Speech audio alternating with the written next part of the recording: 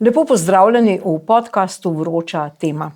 Pred tednom ali nekaj dnevi je izšla nova zgodovinska, zelo zanimiva knjiga avtorja doktorja Jožeta Dežmana, zgodovinarja. Naslov knjige je Komunistični strah v gatah. In doktor Jože Dežman je zdaj naš gost, da se malce sprehodimo po tej zelo zanimivi knjigi. Lepo pozdravljeni, doktor Dežman. Tudi vam lep pozdrav, hvala za povabilo. Torej, kako je nastala ta knjiga? Zdaj, če sem prav razbrala, vi ste v bistvu skozi neke dosjeje in pa zapise šli v arhiv in prebrali, koliko zapisov o članov Zveze komunistov oziroma partije. Veste kaj, sprav komunistična partija ali pa Zveza komunistov, to je velika tema. Pomembna tema, ampak zdaj, če pogledamo, kaj o njih vemo, pa vemo praktično nič. To je tako, kot smo vedeli, da je recimo vse o partizanih, ampak zdaj, če seštejemo slovensko zgodovino, je pa 28.000 padlih v partizanih, približno 28.000 pa v nemški vojski, domobrancih in tako naprej. Se pravi, pol zgodovine je bilo ukradene. Potem pa seveda se nam zgodi, da v republiki, ki je le temeljna prelomnica, da lahko svobodno razmišljamo, se pojavijo vsa ta skrita dejstva. Pove se, da je bilo v starih časih, v času režima, v času titoizma, v času ljudske in socialistične republike, da je bila utemeljena pravzaprav na lažeh, mitih in da je bilo cel kup ljudi in vsebin v tistih poglavjih, ki se jim reče segregacija, diskriminacija, stigmatizacija. Ampak, če vzamemo zdaj pa tole moje, jaz sem se s temi vsebinami ukvarjal tam v 80-ih letih ob primeru Bohinja. V Bohinju je šlo okrog 370 ljudi, okrog 7% prebivalstva v partijo. In ko sem jaz to začel delati, sem ugotovil, da jih po letu 50 v partiji skoraj ni več. Bil je direktor zadruge, pa je šef ljubljanske udbe je bil eden, Orlov je bil en tak prominent, drugi so pa vsi izginili. In to je tipično, in že tam sem videl, da te njihove izpovedi, ki so jih mogli obvezno pisati posilno, po natančno določenem inventarju, so jih mogli pisati od 45 pa še nekaj let potem, in so bili skrbno vloženi v njihove popisne liste. In tega se je nabral neverjeten velik. In to je bilo ob stečaju partije skrbno predano Arhivu Republike Slovenije. Neizmerna zakladnica. Ampak se pravim, če sem jaz to delal pred 40 leti, potem se s tem smo pa šli vse na to, kaj je partija hudega naredila. Ne? In nam je sama partija ušla. Seveda, komunisti, če jim tako rečem, ali pa titofili, ljubitelji starega sistema, bi rekel, ki pa zmerom jim malo zahajajo v mite, mitomanijo, tabuje, to bi kar obdržali, kar se je rekel sistem ohranjanja in razvijanja revolucionarnih izročil. In vidimo, da nam najbolj poskušajo skriti partijo. Bolj kot zločin pod Macesnovo Gorico, zločin v Hudi jami, ja, se v tem več vemo kot v komunistični partiji. In če sem jaz ob svojih prejšnjih obletnicah, se pravi ob 50 in 60 pisal prav o tej temni zgodovini partije, zločinski zgodovini, sem pa rekel, pa dajmo zdaj narediti partijo, kot nam jo pokažejo ti njihovi arhivi, tako kot sami govorijo o sebi. In arhiv je neizmeren, kot pravim. Poglejte, samo izključenih članov, ki so iz partije ven šli, je 1000 pa nekaj škatal, jaz sem jih pregledal 80, potem sem prvo ligo pregledal, se pravi teh 2000, 3000 predvojnih, bolj 3000, predvojnih članov, herojev, nosilcev spomenice 41. In vse te 10.000 ali pa saj neki 10-20 tisoč posnetkov njihovih izjav, zgodb, dosjejev, sem začel potem obdelovati in že leta 2022 sem na spletu objavil en vzorčen primer. Tam je bilo že vidno, kaj je. Letos sem pa naredil sistematizacijo antropološko in zdaj dobivamo ene vrste intimno zgodovino komunistične partije in Zveze komunistov. to se pravi njihove hišne zadeve, kakor bi rekel eno tisto, bi rekel pranje gatno skoraj. Tako da tukaj nekje se bližamo naslovu, ampak se pravi, to je na vzorcu nekaj procentov tega arhiva ali pa nekaj teh usod. Treba je vedeti, to je 240,000 ljudi. Torej, zdaj, da razjasniva ljudem, ki praktično še niso vzeli te knjige v roko, vi ste v bistvu brali tako imenovane personalne mape. V teh personalnih mapah teh članov komunistične partije, pa potem Zveze komunistov, je bil vedno, oziroma vsaj na začetku, nek dolg vprašalnik in ljudje so morali odgovoriti ne samo ime, priimek in te splošne podatke, ampak ne nazadnje tudi, kdo od njihove družine je bil v tej in tej formaciji, ali imajo kakšne težave. Skratka, oni so se pravzaprav popolnoma razgalili v tem vprašalniku, tako kot če bi naredili danes primerjavo s kakšno sodobno zadevo, kot v kakšni verski skupnosti. Scientologi recimo imajo tudi neke vprašalnike, tako da so se praktično popolnoma razgalili in tudi kot ljudje na nek način degradirali. In iz teh vprašalnikov vi v bistvu črpate temo in celo citirate. Jaz bi tako rekel, jaz ne bi rekel degradacija. To je zgodba o spraševanju vesti, tako kot ste rekli. In ta spraševanje vesti nas pripelje v en svet, ki je imel drugačne okuse, drugačne norme, kot jih imamo danes. To je zelo tuj svet. To je tako, kot bi šli na Mars, recimo. Tako je ena tuja dežela. Se pravi, jaz pravim temu vstop v partijsko vesolje, ki je posebno. In seveda, ti si mogel pisati že o otroštvu, kako recimo si že kot, to je tako, kot iskanje prvega komunista. Že, skratka, kdaj se je klic po komunizmu v človeku rodil? Rodil se je ob krivicah, rodil se je ob jezi nad starši, delodajalci, kapitalizmom, cerkvijo, skratka nad črnim svetom. Se pravi, odklon od črnega sveta je izhodišče biografij in potem je vstop v ta novi svet, se pravi ustvarjanje novih nebes in nove zemlje. In tukaj seveda to ni nič, so silna trpljenja bila, ki so jih ti ljudje prestali za komunizem in komunistično zmago. No, začeli so v otroštvu. Ampak ta zgodba je mogla biti čista. Se pravi, ti si mogel ciljno natančno vprašati, a je bil recimo oče klerikalc malo prehud. Ali me je tekel. To je izpad, ampak ali je vsa družina bila čista potem v očeh partije, ali je kakšen odklon. A sem jaz zadost čist, kje sem ga polomil, kaj bi bilo pri meni narobe in kaj lahko za izboljšanje tega svojega partijskega veličanstva ali pa svetosti naredim. In ta svetost je pa pomenila, če na kratko rečemo, zavezo nasilju, sovraštvu in živeti v strahu Božjem. Strah Božji je pa seveda partija. Tako da se ta premik, ki se zgodi iz ono stranstvo v to stranstvo, dogaja potem v enem neprestanem pretepu med ljudmi, ki drugega gledajo, kdo je bolj svetniški. Nadzirajo drugega. Ali pa kdo je večji lumpa, kdo ga bolj to je recimo te partijske zakone, časti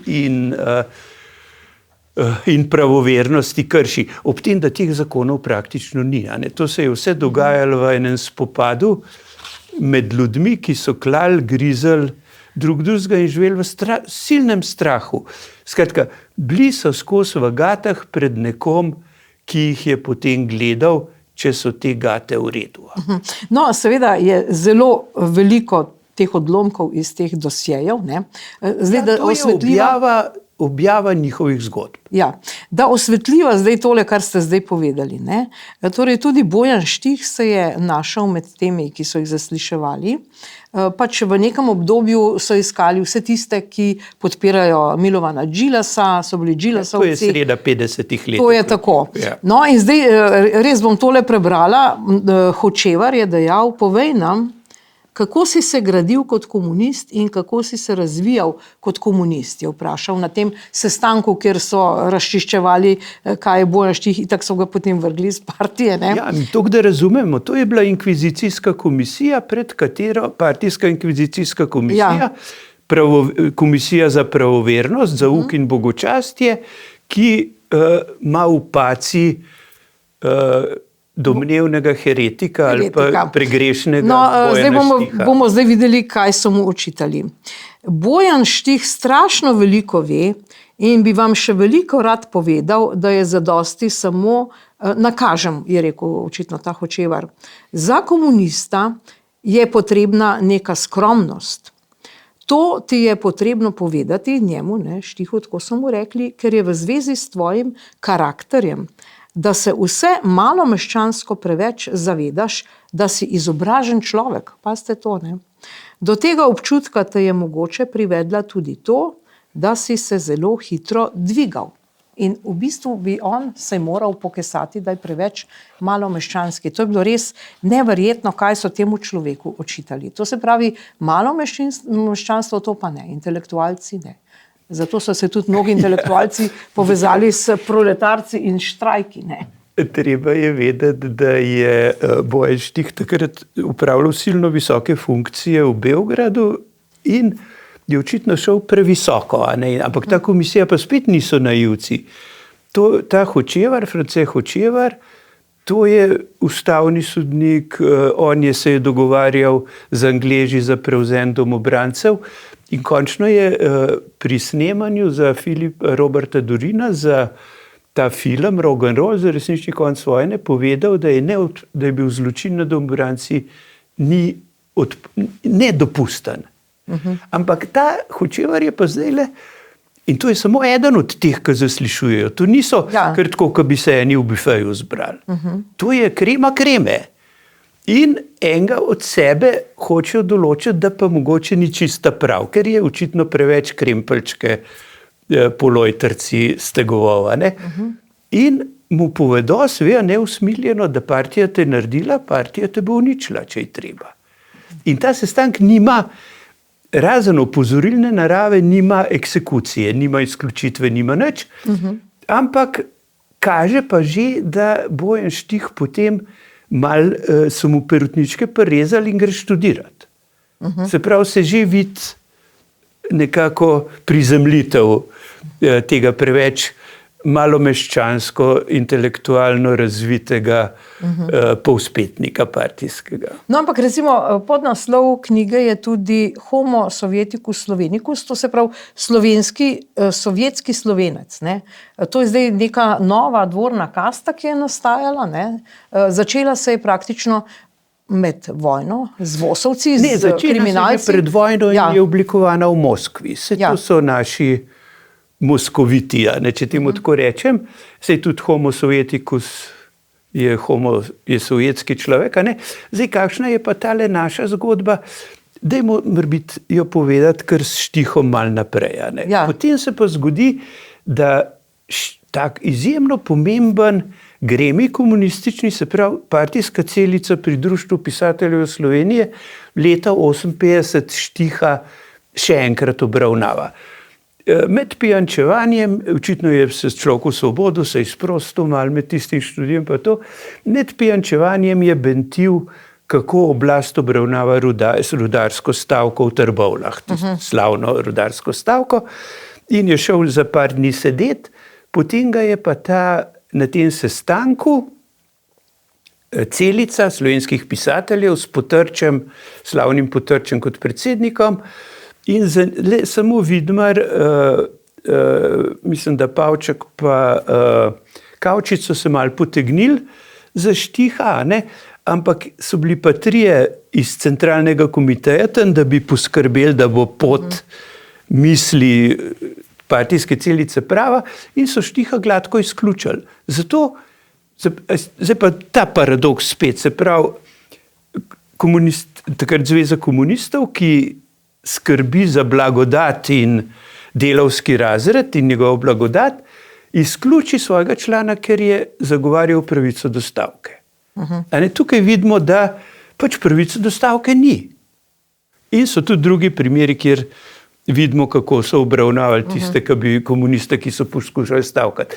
Se pravi, to je svet, ki je zgrajen za raj na zemlji proletarski, v katerem je proletarcem prepovedano štrajkati. Se pravi, osnovna pravica proletariata je kršena in to svojo glavo plača Bojan Štih, ki pa ne glede na to, da je izključen, potem upravlja v slovenski kulturi vrsto funkcij in tudi skozi hodi po robu, ker ga tudi kasneje ali tiskovni svet, Socialistične zveze delovnega ljudstva ali pa kakšen drug cenzorski organ so ga neprestano obravnavali. Je pa zaslužno delo za slovensko kulturo in za vrsto, zlasti v gledališču, dramaturgiji in tako naprej opravil, tudi pisal veliko, ampak skratka, odpadel je človek. No, ampak zdaj, če se sprehodiva, imate na koncu knjige tudi veliko teh statističnih podatkov oziroma številk, ne? Kako je res iz teh od moskovitov, kot ste prej rekli, pa do 80-ih let ali pa do osamosvojitve, kako je ta partija rastla, propadala, kakšni so bili te valovi tega? Namreč nekje pravite, to so bili v osnovi kovači sovraštva, ta tovarišija, ves čas so iskali sovražnike in so bili pravzaprav neka skupina, ki je v vojni sicer preživela, ampak za mir pa ni bila ustvarjena. Ja, in to se vidi kar na partiji sami. Poglejte, čez leta 46 se začne z 8.000 in nekaj člani, pridemo do 97.000 ob razpadu, se pravi konc 89. Ampak vmes je pa to, v tem korpusu se zvali 240.000 članov in članic, od tega jih je 200.000 sprejetih v Sloveniji, 40.000 jih pride verjetno z juga in mnogo teh gre seveda na zahod potem ali pa kako. Ampak od tega jih je skoraj 130.000, 129.000 in nekaj, ali je nekaj nad 50.000 izključenih, nekaj je sami gredo, nekaj jih pa črtajo zaradi neaktivnosti, ne plačujejo članarine, ne hodijo na sestanke. Se pravi, korpus zgubi krepko več čez polovico, ampak to je generalno gledano. Se pravi, kakšna je to odrešeniška organizacija, če vsi bežijo z nje? Največja značilnost komunistične partije, Zveze komunistov je dezertacija. Ljudje dezertirajo. In se pravi, imamo 3 valove, velike valove, kjer na te partijske limance množično lovijo članstvo. Se pravi, Informbirojevski od 48 do 52, jaz bi rekel reformni od 58 do 61 in samoupravni od recimo 72 do 83. In vsi 3 valovi izgubijo po polovico. Se pravi, ta 48, recimo leto, takrat je dahovski procesi, se pravi proti vodilnim komunistom v koncentracijskih taboriščih nacionalsocialističnih, in od takrat so taboriščniki tabu, prepovedani, vrženi iz igre. Informbiro, se pravi antistalinistični stalinizem, kot se temu reče, a ne? Se pravi, ko podivjana jugoslovanska partija prvič obračunava med sabo, in ta bagateliziranje teh uradnih zgodovinarjev tipa Gabrič, Repe in tako naprej, da to v Sloveniji ni bilo kaj posebnega. Seveda je bilo, par let so se ljudje tresli, a te bo kdo označil za nepravega ali pravega, nepravega, pravega. In ta čistka je bila grozovita. In potem pride še kmečka vojna s kolektivizacijo, kjer kmetje zginejo z partije, in seveda verska vojna, zlasti od leta 52, ko je prepovedana kakršnakoli povezava komunista z vernostjo, cerkvijo. In do leta 56 je partija izgubila polovico tega, kar rekrutira. In bi razpadla, če ne bi nehali s tem, kar je z vojno, znotraj partijsko vojno za eno pravovernost. Za čistka ta je skoraj partijo uničila. Drugi val, 60. leta, je pa predvsem val odhoda partizanov. Ljudje, ko so šli v penzijo, partije ne rabiš več, zgineš. To je najboljši dokaz, da je bilo življenje v partiji nagravžno, nemogoče. To je bila karieristična poteza potem. Ma ne samo karieristična, dokler si nekako še mislil, da je terapijo, si bil tam, pa si bil v službi. V partijo pa nisi več rabil. To je tisto, se pravi, partija je samo za javno rabo. In zdaj, če damemo drug ekstremen primer, mi imamo celo mesto mrtvih partijskih, so same rdeče zvezde. Ampak, če bi pa šli na družinske grobove zaslužnih revolucionarjev, bi pa komaj najdel kakšnega z rdečo zvezdo. Se pravi, še v smrti je rdeča zvezda samo za partijsko rabo, ne pa za zasebno, pa še poj priješ do tega, da je Janez Stanovnik pod križem pokopan na Žalah. Ja, se stanovniki so bili. No, ampak je majhen križec, ampak je. Ampak to hočem reči, da partija je bila samo nekaj, kar je v bistvu držal skup ta kolektivistično truplo, bi lahko rekel, ko odmira sproti skozi crkava. Ja. Ostaja pa ta, recimo tisto, kar se rekli na kitajskem banda štirih ali pa ta mafijski krog oži, je pa nedotaknen, no, sicer se malo pokolejo, tudi kakšnega ubijajo, se končni prvega sekretarja Slovenske partije Mirka Koširja ubijajo na Golem otoku. Je tudi nekaj teh samomorov vodilnih in tako naprej, ampak članstvo se 3-krat zamenja. V 3 valovih se te limance sprožijo in v 3 valovih je bankrota. Potem pa zdaj, kaj s takim stvarmi početi, kako jim reči? In na to nam pa dajo imeniten odgovor osebne zgodbe. Se pravi, prvič, neznosnost tega kontrolorskega, nasilnega, pravzaprav sovraštva in strahu v partiji. Ker ni bilo nič manjše. Tako kot so težili unim zunaj partije, so težili tudi sebi v partiji. Se pravi, je bilo oboje neznosno. Ta prav pogled članstva na partijo pa prije šele v tem totalnem razkroju in razcvetu samoupravljanja, ki le ljudem da dihati. Se pravi, ta revolucija neizpolnjenih pričakovanj v 80-ih, zlasti od 84 naprej, takrat pa prvič partijci začnejo pošteno partiji pisati. Da to ni za živeti, da je to sam bankrot, da ti golfije pa že najo gledali, pa ti nesposobnosti itd. In tega je bilo po moje toliko, da so Milan Kučan in tovariši ugotovili, da je ladja se potapla, rešimo, kar se rešiti da, se pravi zlasti seveda sebe, Ja.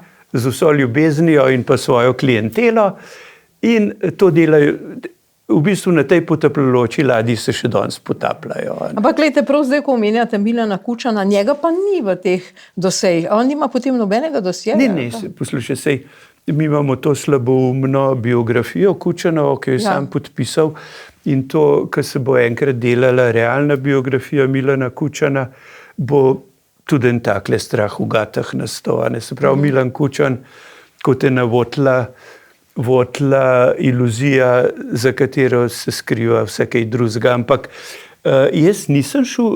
jaz nisem delal tukaj kritike ali pa podobe elite. Jaz sem izbral iz vzorca, ki sem ga dobil, s tem, da elite nastopa partijske tukaj, kar jih hočemo. Poglejte, če vzamemo zdaj tisto, recimo, kar je presenetljivo, gospodična mladenka, ki joka, ko operirajo ranjenega Franceta Rozmana Staneta, je v svoji biografiji opisala, kako je potem rodila Francu Rozmanu Stanetu hčerko in v kakšni grozi je mogla živeti po vojni, pozabljena od vseh. In kakšno tragedijo, se pravi, oče, mati ubita, ona.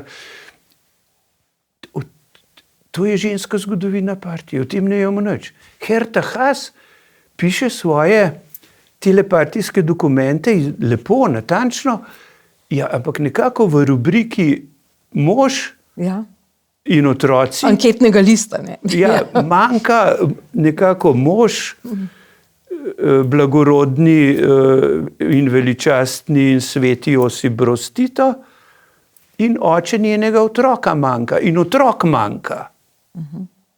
In potem, ko po dolgih letih, po desetletjih molka, ko nastopi v Zafranovićevem filmu, dokumentarcu, in ko njeni hčerki iz kasnejšega zakona, pač kasnejšega, data izjavo, se sprašujemo, a je ona, čeprav zelo poudarja, ko je navezana otroka, tudi je naravnost prepričljiv, kako je mama z Maribora prinesla nemški priročnik za dojenčke in je se je ona tam mučila, otroka potem zginega.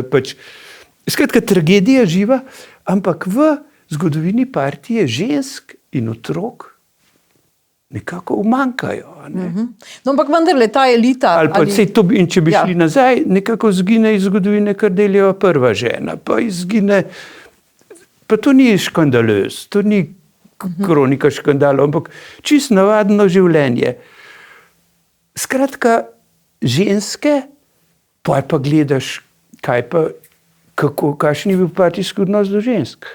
Ja, tudi če ima 3 otroke, samohranilka, službo, hočeš kaj študirati, ne more na sestanke hoditi. Če ne hodi na sestanke, jo izključimo. In tak je bil odnos tudi do starih, bolnih. In to vse sodi v tisto, s čimer smo začeli, v partijsko vest. Ampak ta elita, ali ona je v teh arhivih ali je ni? So sploh umaknjeni? Jaz mislim, da je različno.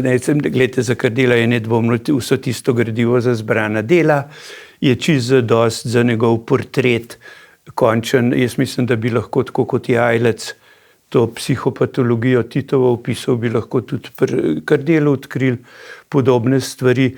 Ideološko prsmuknenost in zarukanost njegovo se da iz objavljenega videti od tistih prvih knjig, ki jih je še za otroke pisal pred drugo vojno, predvsem pa po delih. Nedvomno bi bilo tukaj, jaz mislim, da Zdenko Kidrič bi se tudi zelo dal par stvari še narediti. Ampak elita bo že, jaz bi rekel, da jo bo že nekdo delal, moram pa reči, da zdaj kolega Ose Đeljko pa dela ne člane intelektualce, ne člane partije, kjer so jih pa v posebni paciji imeli in poskušali usposobiti, da bi bili režimu primerni. Tako da to bo vse še prišlo na vrsto. S tem, da bi pa takole rekel, lejte, tukaj ta knjiga ima kar nekaj poglavij te rekrutacije, in so komunistični sokoli, komunistični krščanski socialisti in komunistični kulturniki. In če vzamemo tam Marjana Brecla, Janeza Stanovnika, Fajfarja, Josipa Vidmarja, saj višje ni treba iti. Se so skoraj vsi tukaj. Sokolov je bilo veliko, ne? Sokole pa moram reči tako, zdaj, ko ste vprašali, kako s tem gradivom, če je tisti moj bohinjski vzorc, recimo, da je en protoelement, ki se je zdaj kle razvil, sta pa vmes veliki poskus uporabnosti tega arhiva naredila kolega Ivan Čuk pa Aleks Leo Plemeniti vest in sta dokazala da je bila rekrutacija sokolov v komuniste neusmiljena, da pravzaprav je neumnost govoriti, mi moramo govoriti o komunističnih sokolih. Eno so meščanski sokoli z zavezanostjo monarhiji, demokraciji, končno tudi človekovim pravicam in tako naprej. Drugo so pa komunistični sokoli. In tukaj pridemo do presenljivega dejstva, da je Štadler Pepe, Brajnik Edo, skratka, elita komunističnih morilcev so sokoli. Ja. Kako to? Ja, po moje so uspeli jih naslov knjige je Zlorabljeni sokoli, In jaz mislim, da je ta nacionalni ali pa nacionalistični radikalizem, ki pride zraven še ta revolucionarni element, da pride do, veste kaj, saj ta logika morjenja je približno enostavna. Ti moraš imeti agresivno vodstvo, ki te sili v to, moraš imeti dehumanizirano žrtev, da ni vredna tega, da jo ubiješ, skoraj da si že roke mažeš, če jo ubiješ, in pa seveda mora biti profita. Tole se je tukaj lepo združilo. No, ampak zelo zanimivo je, da v bistvu omenjate nekje, kako so se partizani kitili tudi s Prešernom in s tem našim nacionalnim vprašanjem. V bistvu, čeprav je ta partija pa res zagovarjala, kot bi rekli iz Janezovega razodetja, neki novi Jeruzalem, neko novo državo, nek nov svet, to se pravi ukinitev razredov, zasebne lastnine, nacionalnih držav, vere. Kako so dobili ljudi na te limanice? Ja, gledajte, tukaj gre zgodba, se pa še poglobi. Boris Ziherl leta 1948 dobi Prešernovo nagrado za knjigo, za spis o Prešernu, v katerem razglasi Prešerna za komunista. Se Prešern je pa tak, pa mi, on verjame, da po smrti ni nič, in podobne neumnosti. In podobno blefa, tukaj moram reči, da sta kolega Pirjevc pa Repe, oba pišeta o Prešernovi Zdravljici kot vrhuncu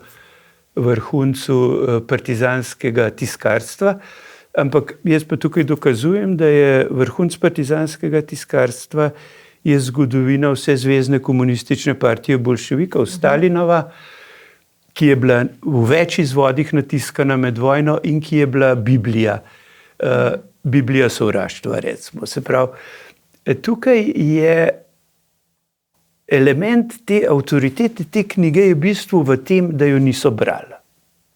Se pravi, to sem jaz že takrat opažal, ko sem delal, ker jaz sem kot perspektiven partijski zgodovinar delal to mladinsko gibanje itd. In so vsi, so rekli, to pa nisem bral, 3 poglavja. Začel. Če je, to je že junaštvo bilo. Čeprav so bile neke kratke točke, ne? Že, ampak je bilo prehudo. Ja. Se pravi, prvi pogoj je bila nevednost, drugi pogoj je bilo pa, končno so bile okoliščine take, da če tebi povedo, da lahko ubiješ, ne da bi za to odgovarjal, in recimo, če zdaj to ampak jaz nisem, to vemo, partijski zločin je jasen. Sprovocirajo državljansko vojno, jo krvavo zaključijo, grejo z državljanske vojne v razredni boj, v boj proti veri in cerkvi, to vemo. Ja. Ampak tukaj se pa zgodi to, da jaz omenjam primere predvsem teh že nekaj medvojnih morilcev, takih značilnih, Pa, kaj pa vem, kakšnega Plestenjak je znan priimka, ampak iz tega rodu Plestenjakov prihaja tudi notoričen morilc, iz Žabance, na Gorenskem. Je ta noter, je ta Semenič, medved, ki je ubil tole Breclovo družino, in se hvali, da jih je še 50 tako ob kapitulaciji Italije. Ampak to ni. Glavno je to, da se dogajajo umori tudi po vojni. Se pravi, gre sodni in zunaj sodni. Tukaj recimo sem Mirka Koširja že omenjal, ampak tudi v moji družini Dežmanovih, Preželnovih z Lesec se je v enem tem obračunu, ki je iz vojne izhajal, na Kazini, v stopnišču Kazini, en morilc partijski iz Gori ustreli enega Dežmana, ki nismo v sorodu iz Ribanga. In to je vse povezano, ampak on je takoj oproščen. Se pravi, to je etika te vesti, da ti lahko temu, če mi rečeš narodni izdajalec, ne človek. Te lahko pobijamo. To pobijamo in zato niti upomina. Ja.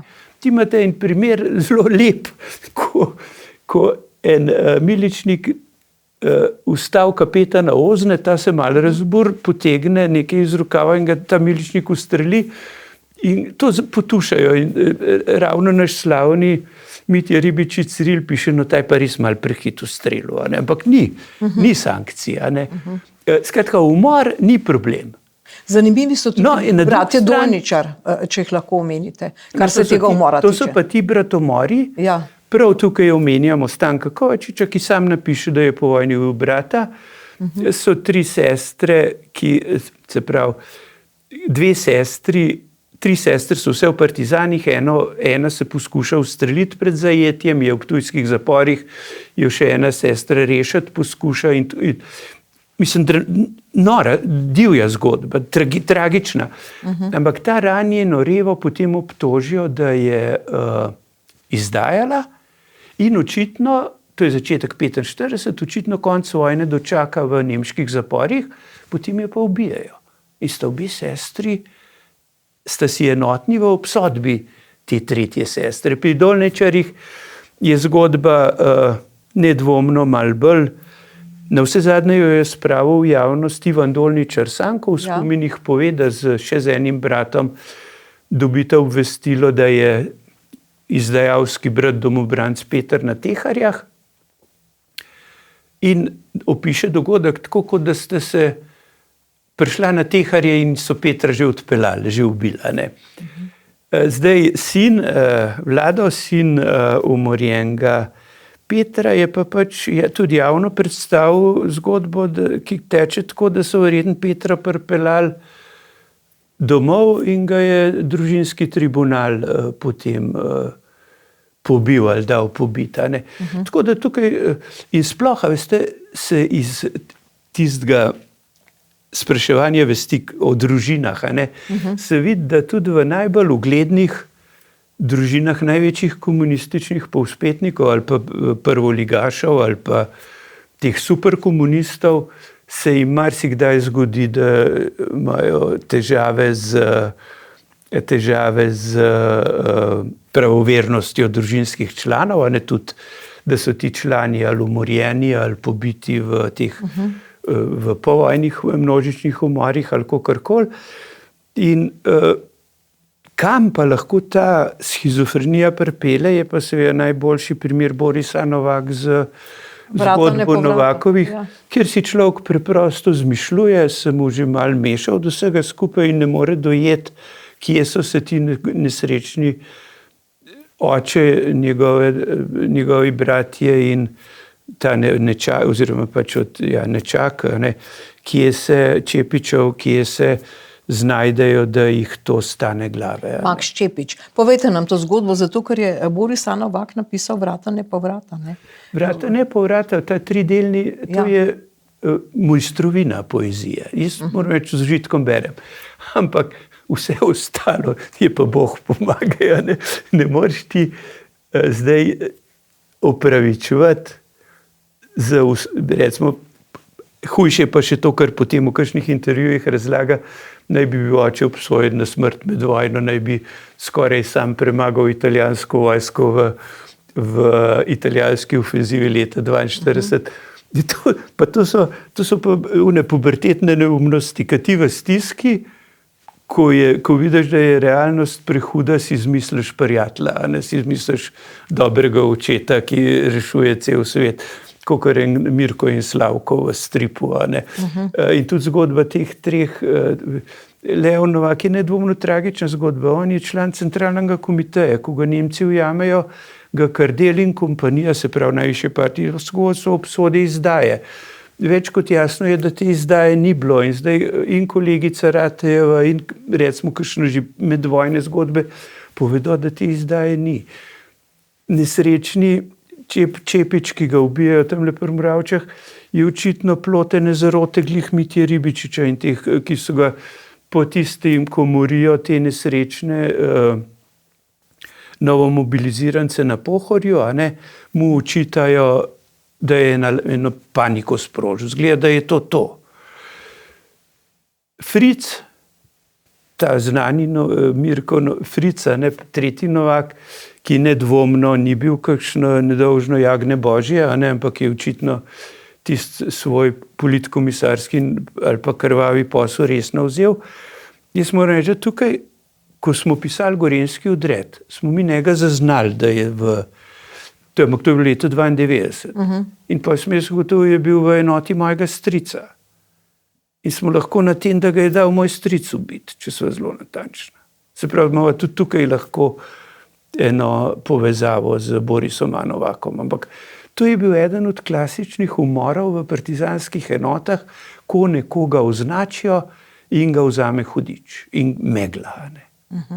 In seveda to soočanje s to veličastno borčevsko zgodovino in partizansko zgodovino, ki pa očitno ni bila tako veličastna, je tudi težavno.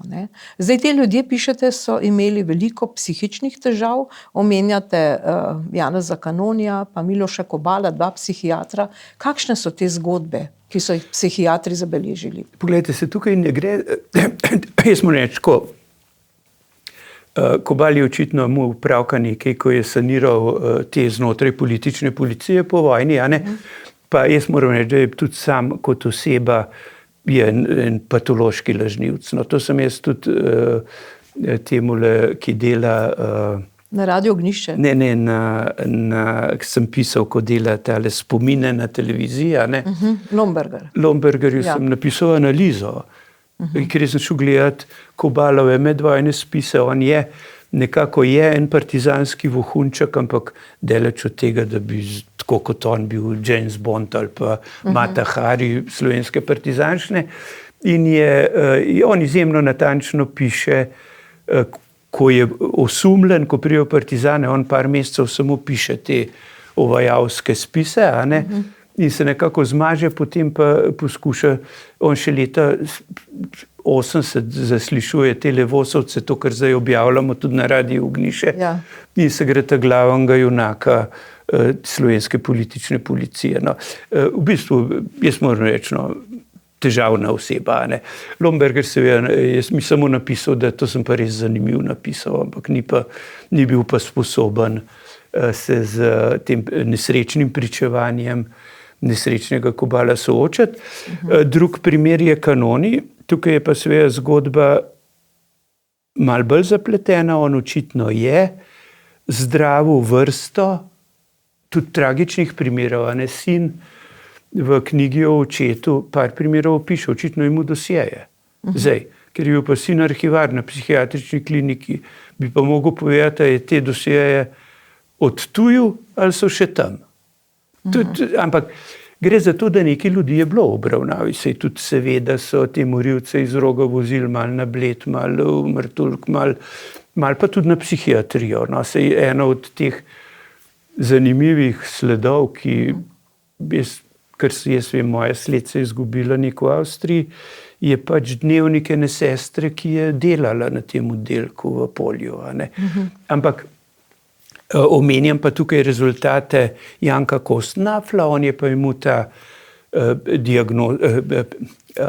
ambulanto oziroma psihiatrično dispanzer, kjer je obravnaval, mislim, da okrog 2000 in nekaj ljudi, ki jih je iz partizanov, ki jih je diagnosticiral kot alkoholike, nevrotike, psihiatrijo in tako naprej. To ni tako malo na vse zadnje, ampak dejstvo je, da ima rezultate take diskretne, ampak vidi se, da eden od sprožilcev travme je, če vzameš življenje sočloveku brez orožja. Ampak ni. To, kar pa jaz pišem, je pa tisto, kar je tukaj ven vidno. Jaz tukaj navajam, kar se je dal, ves trpljenje, so ga ti ljudje prestali. Izgube družine, njihovo preživetje, lagerje, borbe, rane, skratka. In kaj je posledica? Posledica je tako zelo na kratko napisana. Živčen sem, nič se ne spomnim. Če pogledamo v teorijo spomina, je to znak travme. In se pravi, ta posttravmatska stresna motnja, ki jo je šele desetletja potem Kostnafel malo nakazal, tako zelo obzirno, je bila množičen pojav. Mi moramo vedeti, da je jurišništvo je ena reč, ki je značilna za jugoslovanske partizane. Hugo Klein, en judovski psihiater, je leta 1945 lepo študijo napisal o jurišnikih, ki je objavljena šele čez 10 let.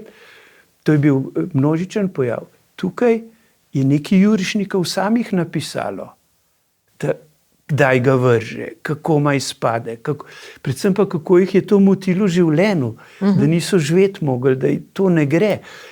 In pa končen tudi cinizem okolice. Mile Pavlin, znan partizanski pisatelj, je kot partijski sekretar tukaj na Vaške celice v Blan za enega napisal, on je alkoholik pa znan psihoneurotik. Ja, kje? Te ljudi so pustili,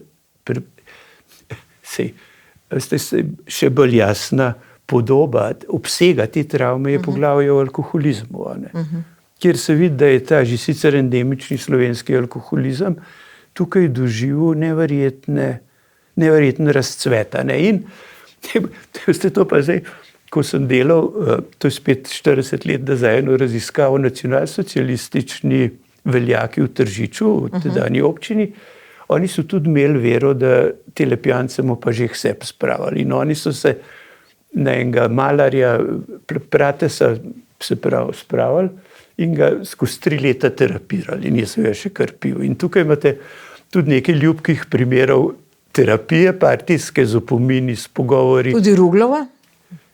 Ne. Z tega Rugla pa tudi nisem gledal. Ja.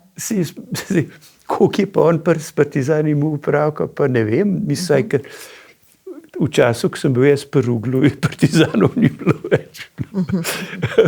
Ampak gre za to, da oni so, kaj je bila logika? Mimo nov svet in nova zemlja, se pravi, ljudje bodo trezni, a ne? In so pilka žal, ne? Vsi travmirani. In ne moreš biti trezen, pa presep, upravičeno, če si zmešan. Če ti nekoga ubijajo, če si sam vas prestreljen, če si mogel kaj hudega narediti, tedaj sej to ne moš nedotaknen. Ampak o tem se moramo zdaj začeti pogovarjati, kako hudo je bilo, koliko je bilo zaradi tega nasilja nad ženami, nad otroci, na delovnih mestih, koliko so ti ljudje zapravili, ne. Jaz tukaj omenjam, zdaj, če so pri prvoligaših, Karmel, znani heroj Gorenjski, je očitno z Medeksom tako štalo naredil, da bi posebno raziskavo zaslužila. Ne? In takih Karmelov je bilo, inovatorjev je bilo, kolikor so dobrega naredili, so tudi neumnosti naredili, ali pa več. Ampak hočem samo to reči, da je to tista zgodovina, ki je pa absolutno potrebna raziskave. Travma, posttraumatska stresna motnja, alkoholizem, družinske zadeve. No in zdaj tole, kot omenjate, ne, zdaj, če človek prebere tole knjigo in vse te njihove lastne zapise in opise vseh teh stanj in vsega, se nam lahko pravzaprav celo zasmilijo, ne. Ugotovimo, da so bili v bistvu reveži, ne. Veste kako, jaz mislim, da je to upravičeno, se zato knjiga hoče, jim da pravico do trpljenja, do te grozovite poti na oblast. In pa, veste, ko se pa začne ta Untergang, ne, pot v prepad, je pa kljub vsemu tukaj en kup tega, kar zasluži pa tudi ali prizanesljiv nasmeh, ali pa da se kar nasmejemo. No. Recimo ta sveta vojna proti veri in cerkvi, ki je bila iz tega, da si šel tajno cerkveno poročiti, ja. Da si šel na skrivaj otroka krstiti, na skrivaj birmati, ali pa do spopada v pogrebih. Ja, to je pa res malo smešen tudi včasih. Zato jaz mislim, Bernard Nežmah, ki je eno tako dober povzetek te knjigce naredil na nekaj vrsticah v Mladini, govori o ciničnem humorju. Pa jaz moram reči, da ga ne vidim pri sebi, ampak ga vidim v tej zgodovini. Jaz sem ga pa povzel v poglavju umor in humor v objemu. Najbolj nazorno bi tako rekel, ta kapetan, ki se hvali, da je ubil brata, pa da mu je mama zamerila, ga leta 1948 izključijo iz partije. In je drugi razlog, da zato, ker je imel brata domobranca. Ampak še hujše je pa to, da tretji razlog je pa žena, ki goji ene psičke in s tem nekako v vojski dela eno zgago. No. In če se spomnimo pa iz malo humorja spet na Titove pudeljčke, ki so jih mogli generali prenašati pa paziti, smo pa že tukaj. No. Dialektika, res tragedije in jaz bi rekel tudi res malo zgodovinski, božjega humorja, no, tako recimo. No, ta humor, nekaj skepse je bila deležna tudi vaša naslovnica, ne? Zdaj, seveda, v Gatah, to se pravi, zakaj se na nek način šalimo iz vsega tega obdobja, ker strahote so bile pa velike, ne? In tudi dejanja, ki so jih oni povzročili in mnogi ljudje še vedno trpijo zaradi tega, bi mogoče te ljudje pričakovali da več obtožb, ne pa toliko razumevanja. Se ne gre za razumevanje.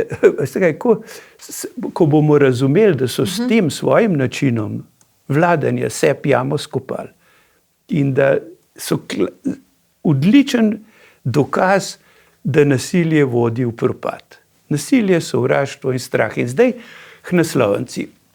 Vidimo junaka, to je Radovšov kip Bombaša, in lahko ga ta hip še v pivki gledamo, dokler je tam, ne, ampak poglejte, to je človek, ki nenavadno drži puško. Sploh ne strelja na sovražnika in je kar na prostem. Takole. in ima spačen obraz, neverjeten. Se pravi, on hoče strašiti nekoga. Ta kip je bil narejen zato, da straši. In vsi taki, to je bila taka, se pravi, strah je grozen. Straši, veličasten strah. Mrtvih na ogonek, trpljen, vse hočemo, vse. Nova nebesa, novo zemljo.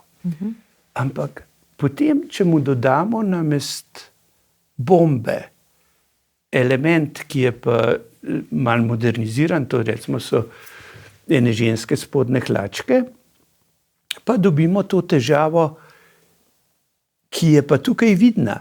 Vse te zgodbe nam pripovedujejo o množici, sprav 250 000 ljudi skoraj, ki bi pa mogli pred Bogom, pred partijo, biti neprestano prozorni.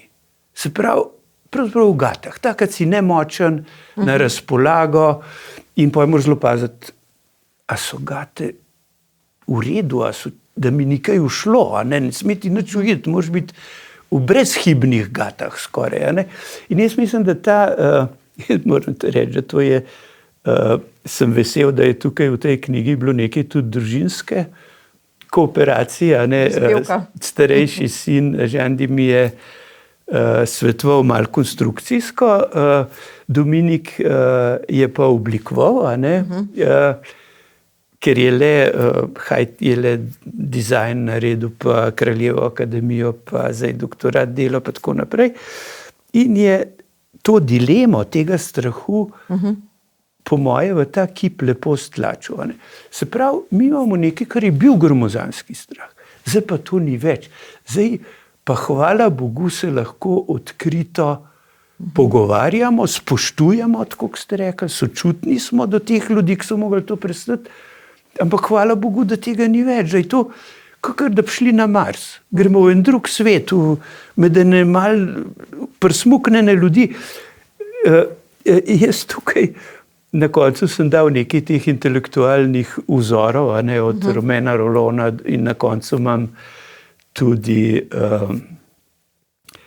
Janeza Trdino, Podobe prednikov. In on je tam, on tudi je bil bolj liberalen, s cerkvijo ni hotel kaj dosti imeti in neusmiljeno popisuje to pijančevanje tedanje, in pa seveda bajke in povesti o Gorjancih, tak razpon. In tukaj noter imamo take podobe prednikov. Na en stran so te spodnje hlačke, na drugi strani pa vsem ta njihova želja, da bi bili tako grozni pa mogočni, da bi bili že kakor en Lenin, pa Stalin, pa Tito, pa vse skupaj. No in če sva na tem, kaj je nauk? Hvala Bogu, da tega ni več, in hvala Bogu, da lahko o tem kaj več zvemo. No, ampak zanimivo je, da ste našli tudi dosje Jaše Zlobca. To se pravi, to je bila mladina v času te študentskih protestov in Jaša Zlobec je takrat tudi kritiziral partijo v Tribuni. Ampak kako se je potem zgodilo, da danes mladina praktično ne zazna vsega tega, kar se dogaja, recimo? Mi imamo še vedno žive mite, te bajke in povesti, da tako rečemo, mitologija je živa, mogoče še vse bolj živa, ta zvezda, Dražgošaka bitka, vse to, kar so miti, še vedno živi. No, jaz bi rekel takole, stvari grejo svojo, resnica ima svojo pot, Tukaj v knjigi posebej govorimo o tem, Romanjev komunizem, ki ne glede na to, da komunizem, kjerkoli se je lotil posla, je propadel, ali se bo pa zdaj, po moje bo še, če imamo zdaj skrajne cinizme, da imaš ta najbolj blesav kapitalizem na Kitajskem, pa najbolj zmešano dedno feudalno diktaturo v Koreji, kot logičen razvoj komunizma, ampak nič ne pomaga.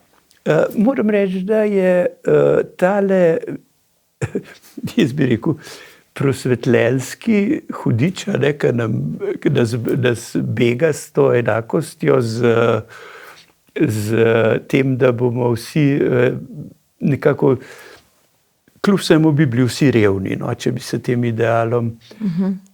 Ampak živi. Skratka, vera živi, tudi težave povzroča, se končno vidimo. Jaz ne vem, če vzamemo v tej naši vladi je mogoče tale naša ministrica za kulturo, ki se zdaj bori, ona bo kar Triglav ukrotila, da Bolanco Franjo rešila, ne? Ampak se bo tisti Triglav še zmerom dol po dolini valil, ne glede na našo ministrico. Življenje bo šlo svojo pot, teh iluzij pa pač, ali pa tega verskih navalov, pa ne vem, če sem prav hitro znebala. Razvajenost ima tudi svoje manifestacije. Ne? In ne vem, iluzije bodo zmerom, ampak tudi jih je kot vero treba obravnavati. No, jaz bi, zdaj, če sva, zakaj je ta knjiga pravzaprav tudi nastala. Tudi s kolegom Jezernikom se zdaj večkrat o tem pogovarjava, kako neumno je, da se mi s partijo več ne ukvarjamo, da naučimo resnice o njej izvedeti. Ampak vidimo, da se dogaja množičen izbris samo vrednote narodno-osvobodilne borbe, partije ni več, ni nobenega udbovca, Pa nismo imeli komunizma, pravno. Se pravi, ni revolucije, je bila izjava kolege Godeše, Ja. ki ima sicer svoje težave zdravstvene, ampak je pa to le preveč. Ja, pa komunizem smo imeli, ne samo socializem. Zdaj je treba to vrniti v javno rabo na tale način. Drugače se bo spet zgodila ena taka utopija, pravlični svet. Veste, in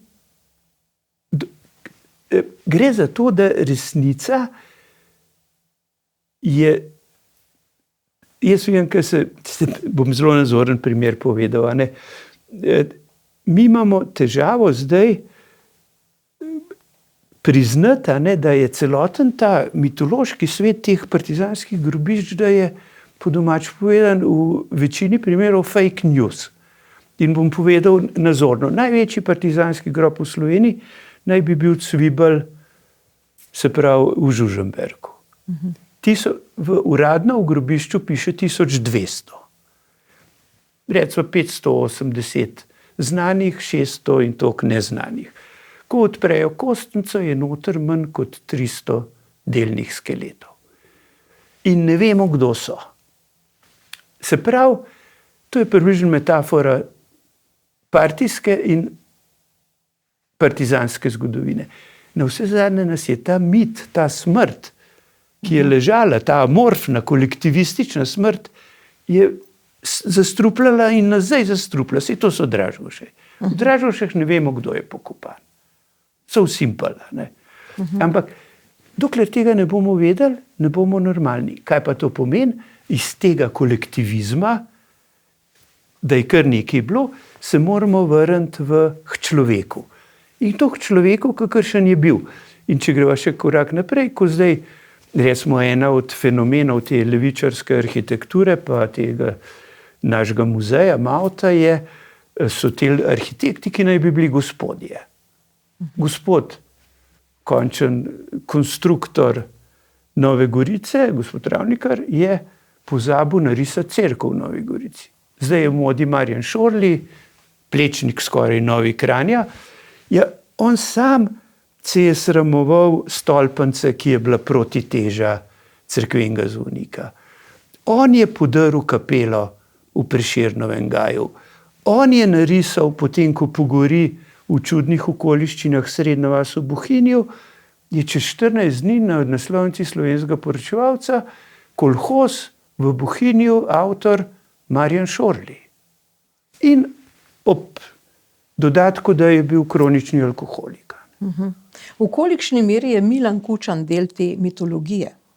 Dan OF, Dražgoška bitka. Jaz moram reči, da meni je nedvomno je Milan Kučan prodal slovensko partijo, se je izstopil z nje, se dal zamrzniti, da je postal predsednik, je prodal na koncu Jugoslavijo, je prodal samoupravljanje in končen, če so malo nazorno, zdaj se z geji in mnogo spolniki kaže na paradah. To je kar velik napredek za partijskega sekretarja. Ampak ostal je pa v eni tisti svoji otroški duši zavezan mitu. In to je pa mit, ki se mu reče, da je bilo prav, da je bila revolucija, da je bilo prav, da je bil umor, da je bilo prav, da se je lagalo, in ne more odgovoriti na taka, a ne, se umikajo, kaj boš rekel ob Hudi jami, kaj boš rekel ob Macesnovi gorici. Ampak ob Hudi jami je bil spopad 7 let, da smo jih lahko pokopali. Nedvomno je Zoran Janković je vzvod Milana Kučana. A sta se skupaj zmenila, je Janković malo pretiral, da je rekel, da ni no pasaran domobranci v Ljubljani. Ker je prvič laž, drugič pa sploh ne gre z ničemer skupaj.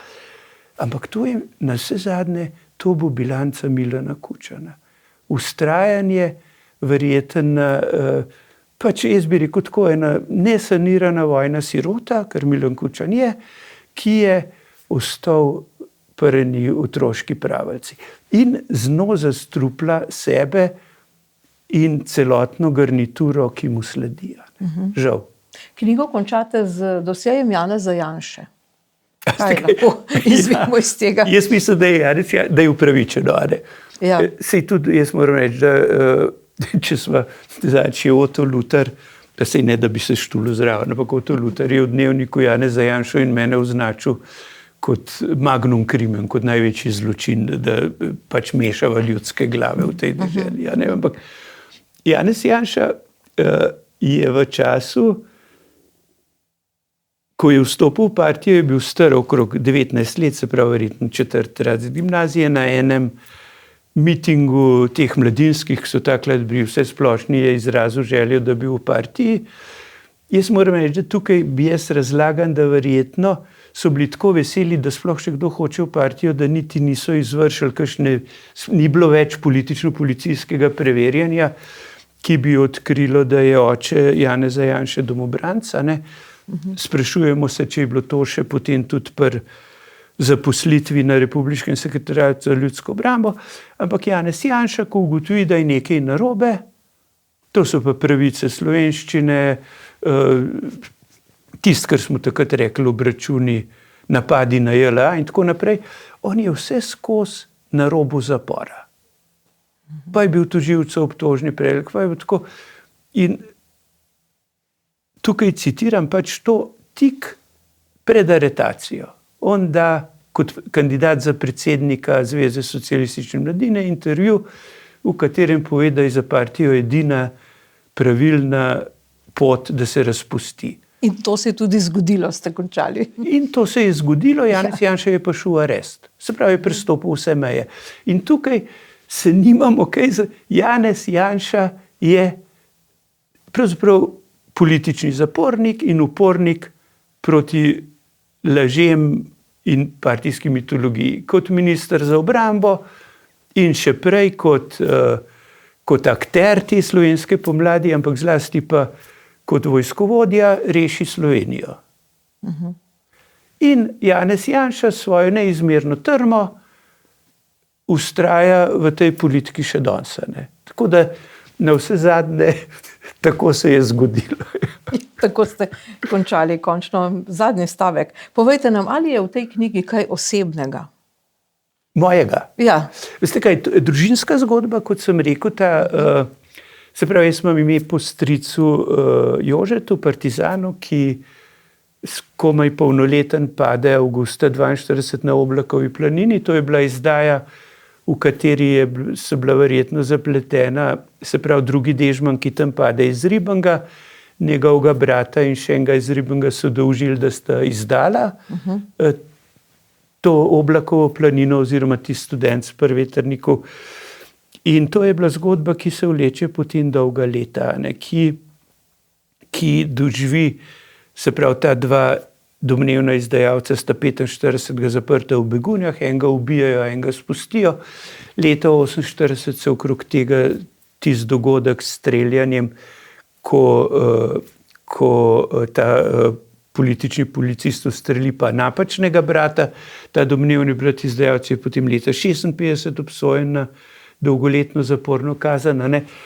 Se pravi, in te usode sem srečal potem teh otrok, tega umorjenega so vložili komisijo za popravo krivic, kjer sem član. Skratka, to je to. Moram pa reči, da jaz sem bil v partijo sprejet marca 1978, to je bilo pa, jaz takrat v partiji kaj dosti nisem razmišljal. Jaz sem bil rock'n'roll, pa dolgi lasje, pa mladinski klubi in zaradi tega sem bil v ZSMS, da smo lahko prostor dobili. Ampak takrat sva potem z Juretom Perovškom, ki se je tudi poj zapisal v zgodovini, moram reči, sva bila v eni taki bolj alkoholni fazi, sva okrog lumpala in ga izsekljala. In ko sva enkrat prišla do njegovega očeta, ki je bil pa visok povojni funkcionar, tudi prvi direktor televizije, in ko je ta ugotovil, da sem od heroja, s tem, da spet zaradi tega dediščinskega spora s herojem sem ga samo enkrat videl, da in govoril z njim v življenju. Ampak z Juretom sva se potem znajdla v partiji. Jaz sem potem preko ZSMS-ja prišel v to zgodovinsko komisijo in sem v bistvu prišel v to trdo jedro tega, čemur se je rekel varovanje revolucionarnih izročil. Kot član predsedstva Mladine takrat smo že tudi to vzporedno razkrivanje in to pelali. Predvsem so mi pa raziskave kazale, da nič ne drži. Česarkoli si se lotil, je recimo tako rekel, jih pa umanjkalo. In potem sem pač v politiki vztrajal bolj aktivno. Jaz sem bil še v tej delegatski skupščini republiški, pa podžupan Radovljic, pa potem v predsedstvu tega skratka liberalne demokracije in čas in tako naprej. Ampak potem sem šel iz politike ven in se lotil tehle strokovnih upravil, ki so pa skozi tudi v eni mnenjski ali pa kulturno-politični ali pa tudi politični obravnavi. Saj to kaže že preprosto dejstvo, kolikokrat so me ustavljala in postavljala. In odstavljali. Ja, tako da je pa anekdota, da mojih partijskih dokumentov v arhivu Republike Slovenije ni, mogoče, če bo kaj v Kranju, ko sem bil bolj vezan, edina omemba je v enem registru kadrov, da sem član zgodovinske komisije. Za konec mi povejte, kakšen je po vašem mnenju vpliv te knjige na spravo? Ja, jaz bi rekel tako. Prima bi bilo, če bi ta knjiga sprožila dialog. Ker sprava ni odpuščanje, sprava so pogajanja med dvema stranima. In to pomeni, da je resnica pogajalski predmet. Zdaj, strinjamo se, da je na primer v jami pod Macesnovo Gorico 3450 umorjenih. Zdaj pa tukaj smo pa mogli strinjati, da je to en čuden svet. Da je svet, ki je bolj razpadal, da se je komaj pri sebi držal. Da ima nenavadno vest. Da ima en kup enih zgodb, ki so vrhunske zgodbe. Boljših. In to je pa ena bogata zgodovina, čudovita. Sam mogoče pa ne ustreza ne levi, ne desni veri trenutni javnega spomina. To pomeni, da je ta knjiga intervencija v sedanjo našo vest, ki bo mogla začeti tiktakati, da to sprejme ali ne, ali je to res ali ni. To je tudi tiktak za kolege, antropologe, sociologe, zgodovinarje, končno tudi filozofe, celo religiologe, ali ta model zdrži ali ne.